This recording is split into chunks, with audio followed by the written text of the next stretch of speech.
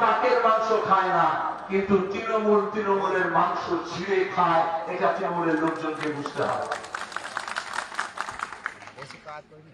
পশু পাখি জীব জগৎ জন্তু জানোয়ার তাদেরও নিজস্ব কিছু নিয়ম আছে। কোনো পুলিশ নেই, কোনো থানা নেই, কোনো আইন নেই, তাও নিজস্ব কতগুলো মূল্যবোধ আছে, কতগুলো ধারা আছে, কতগুলো সংস্কৃতি আছে। আর আমরা যারা সভ্যতার কথা বলি,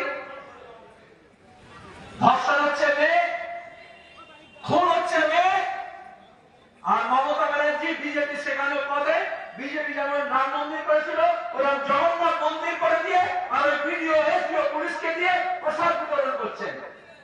নিজের প্রাসাদ যাতে ঠিক মতো থাকে, প্রাসাদে উনি যাতে ঠিক মতো বসে থাকেন, ওই মোদীর কাছ থেকে শিখেছেন। আর তার জন্য তিনি এখন প্রসাদ বিলি করছেন। আর এই যারা এসব করছে, খুন করছে, ধর্ষণ করছে, এরা কারা? জগন্নাথের নয়, রামের নয়, এরা মমতা দেবীর প্রসাদ খেয়ে মাতাল হয়ে গিয়েছে।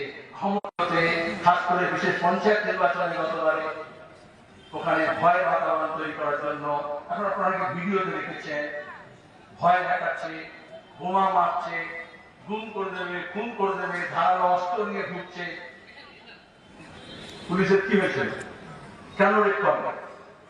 আজকে নয় আমরা চাপ দিচ্ছি বলে, গোটা দেশ ছিচি করছে বলে এখন গ্রেফতার করতে গিয়েছে। আগে কি হয়েছিল? তাহলে পুলিশ নিয়ম মেনে চলে না, আইন মানেনি। যে পুলিশ নিজে আইন মানে না, সে মানুষকে বলবে আইন মেনে চলে।